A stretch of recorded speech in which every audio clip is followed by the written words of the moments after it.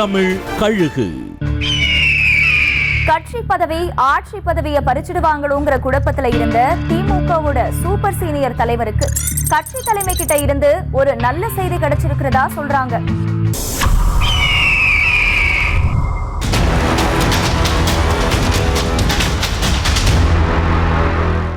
திமுகவோட பொதுச் செயலாளர் பதவியிலிருந்து துரைமுருகன் நீக்கப்படலாம் என்கிற பேச்சுகள் எல்லாம் எழுந்துச்சு. ஏற்கனவே அவர்கிட்ட இருந்த பவர்ஃபுல் துறையை எடுத்துட்டாங்க.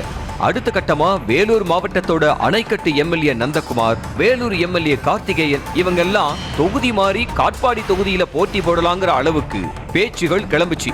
இந்த நிலையில வேலூர்ல ஓரணியில் தமிழ்நாடு நிகழ்ச்சியில கலந்துகிட்டு பேசின துரைமுருகன், இங்க ஓபி எல்லாம் அடிக்க முடியாது, வேலை பார்க்கிறவனுக்கு மட்டும்தான் கட்சியில இடம், அதனால தீவிரமா வேலை பாருங்க, முதலமைச்சரை பார்த்து துறை சார்ந்து சில விஷயங்களுக்கும் பேசிட்டு வந்துட்டேன், இனிமே தொகுதியை ஜெயிக்கிறது மட்டும்தான் நம்ம வேலை அப்படின்னு பேசியிருக்காரு.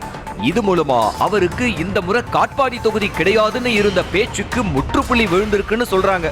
காட்பாடியில துரைமுருகன் திரும்பவும் நிக்கிறது உறுதி ஆயிடுச்சுன்னு பேசிக்கிறாங்க. சில நாட்கள் சோர்ந்து போய் இருந்தவரு இப்ப உற்சாகமாக தொகுதியை சுத்த துவங்கிட்டாராம்.